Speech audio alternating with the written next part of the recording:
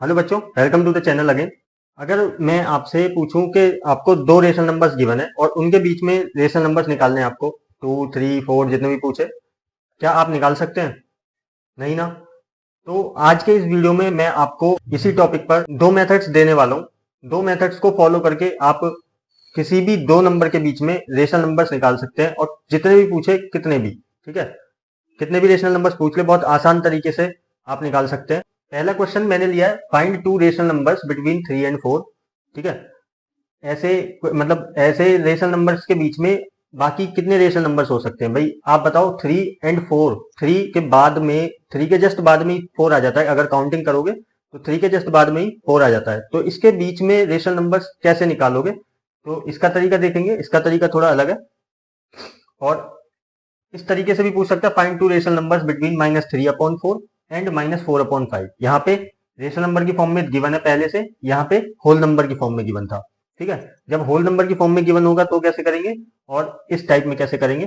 ये video class 8 के बच्चों के लिए तो बेनिफिशियल है ही। ठीक है, ये 9th में भी ये टॉपिक आता है कि find rational numbers between two given rational numbers. जो बच्चे क्लास 8th में और 9th में है, उन बच्चों के लिए ये टॉपिक यूजफुल रहने वाला, बहुत ही इंपॉर्टेंट टॉपिक है। ठीक है, समझ लो। फाइंड दो रेशनल नंबर्स निकालने हैं 3 और 4 के बीच में। क्या क्या गिवन है? 3। ठीक है, 3 and 4 के बीच में निकालने हैं। तो मैं इसको रेशनल नंबर की फॉर्म में लिख लूंगा, 3/1 लगा के। ठीक है, दोनों में 1 लगा लूंगा, ये बन गया रेशनल नंबर। अब हमें डिनोमिनेटर को सेम करना होता है। फिलहाल तो सेम है, लेकिन 3 and 4 के बीच में कोई गैप नहीं है। गैप होगा तभी तो रेशनल नंबर्स बताओगे। गैप कैसे बनाएंगे हम? पहला तरीका ये, ठीक है, टाइप 1, मतलब मेथड 1। पहला मेथड है ये, मेथड 1। तो मेथड 1 में कैसे करेंगे? डिनोमिनेटर सेम है लेकिन गैप नहीं है। न्यूमरेटर से हमें पता लगता है कि गैप नहीं है इन दोनों नंबर्स के बीच में। तो एक नंबर से मल्टीप्लाई कर लो 3 and 4 में, दोनों में। कैसे करेंगे कि अगर लेट सपोज कि गैप पे डिपेंड करता है, 2 रेशनल नंबर्स आपको चाहिए, तो 5 से मल्टीप्लाई कर लो, या फिर सीधा डायरेक्ट 10 से मल्टीप्लाई कर लेते हैं। 10 की मल्टीप्लाई यहां होगी न्यूमरेटर में, तो नीचे भी होगी। ठीक, तो यहां से बनेगा 3 × 10 30, और नीचे आ जाएगा 1 × 10 10। ठीक, अब यहां पे भी कर लो 10 से, 10 10, यहां बना 4 10 टाइम्स 40, और नीचे बना 10। ठीक है, अब डिनोमिनेटर तो सेम है, डिनोमिनेटर सेम जरूर होना चाहिए। ठीक है, और गैप हमें पता लगेगा न्यूमरेटर्स को देख के। यहाँ पे 30 है, यहाँ पे 40। 30 और 40 के बीच में टोटल 9 रेशनल नंबर्स हैं। आपको बताने हैं दो रेशनल नंबर, कोई भी दो रेशनल नंबर्स, इन 9 रेशनल नंबर्स के बीच में से कोई भी दो रेशनल नंबर्स आप बता सकते हैं। ठीक है, तो हम लिख लेते हैं 31/10, 32/10। ठीक है, अगर 6 रेशनल नंबर्स पूछ लेगा तो 6 बता देंगे। ठीक है, 9 रेशनल नंबर्स हैं अपने पास। और अगर ज्यादा ही पूछ रहा है तो उसी हिसाब से हम मल्टीप्लाई करेंगे नंबर की। 100 से कर सकते हैं, 20 से कर सकते हैं, 50 से कर सकते हैं। अगर ध्यान बस इतना देना है कि अगर 10 की मल्टीप्लाई ऊपर की है तो नीचे भी 10 से ही मल्टीप्लाई करनी पड़ेगी। ठीक है, तो ये दो रेशनल नंबर्स हो जाएंगे 3 and 4 के बीच में। ये मेथड, ये पहला मेथड है। दूसरा मेथड देख लेते हैं। दूसरा तरीका क्या होगा वो देख लेते हैं।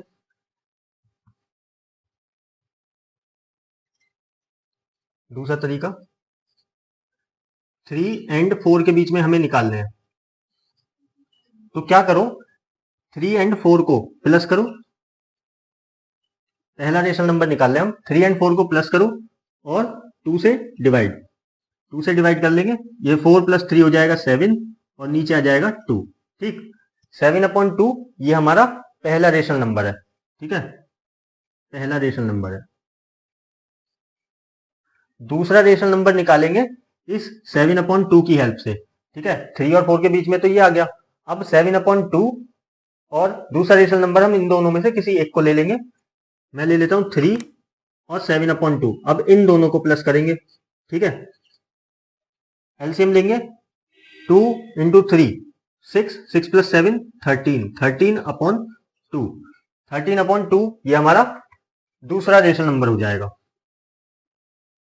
ठीक, दो रेशनल नंबर्स बताने थे, ये दूसरा मेथड है रेशनल नंबर्स को निकालने का। अगर और भी पूछेगा तो इस बार मैं इन दोनों को यूज कर सकता हूं, या फिर 7/2 + 4 करके भी निकाल सकता हूं, और 2 से डिवाइड करना पड़ेगा।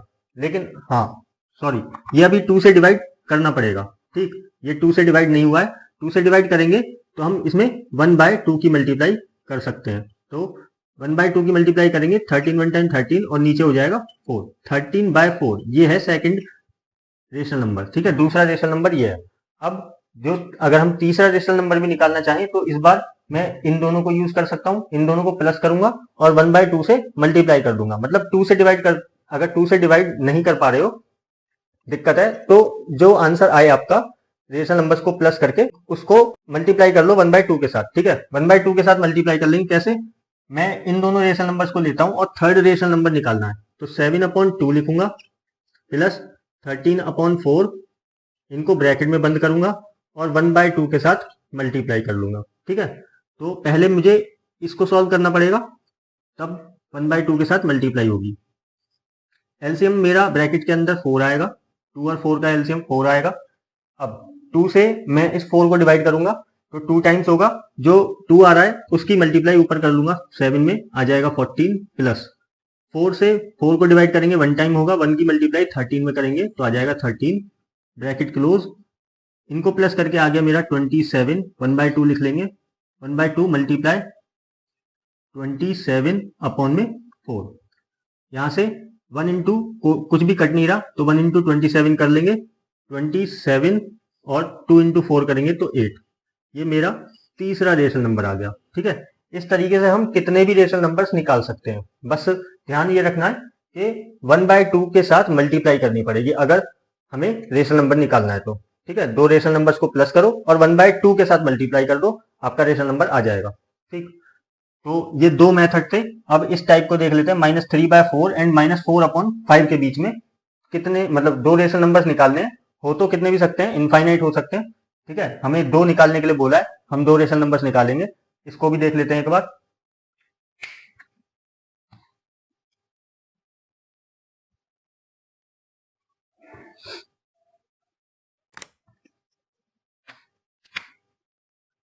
-3/4, -3/4 दिया है और -4/5। तो पहला मेथड क्या था कि -3/4 लिख लिया और -4/5 लिख लिया।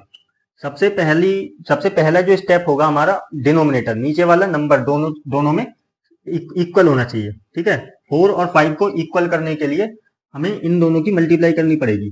4 इंटू 5 होता है 20, यानी कि अगर हम डिनोमिनेटर को 20 बनाएं तो 3/4 में मुझे 5 की मल्टीप्लाई करनी पड़ेगी, नीचे भी और ऊपर भी, क्योंकि डिनोमिनेटर को 20 बनाना है। तो 5 इंटू 3 15 होगा, एंड माइनस का साइन माइनस यहाँ पे लग जाएगा, 5 4 टाइम्स 20। यहाँ पे डिनोमिनेटर को 20 बनाने के लिए 4 से मल्टीप्लाई करूंगा तो ऊपर भी 4 से मल्टीप्लाई होगी। -4 इंटू 4 हो जाएगा माइनस का 16 और अपॉन में आ जाएगा 20। ठीक है, डिनोमिनेटर्स हमारे सेम हो गए, लेकिन न्यूमरेटर को देखो कोई भी गैप नहीं है, गैप हमें बनाना पड़ेगा। दो रेशनल नंबर निकालने हैं तो मैं यहाँ पे 5 की मल्टीप्लाई कर लेता हूँ, 5 की यहाँ और 5 की यहाँ, ऊपर मल्टीप्लाई कर रहा हूँ तो सेम नंबर की नीचे भी मल्टीप्लाई होगी। 15 इंटू 5 होता है 75, माइनस का 75 आ गया, 20 इंटू 5 100।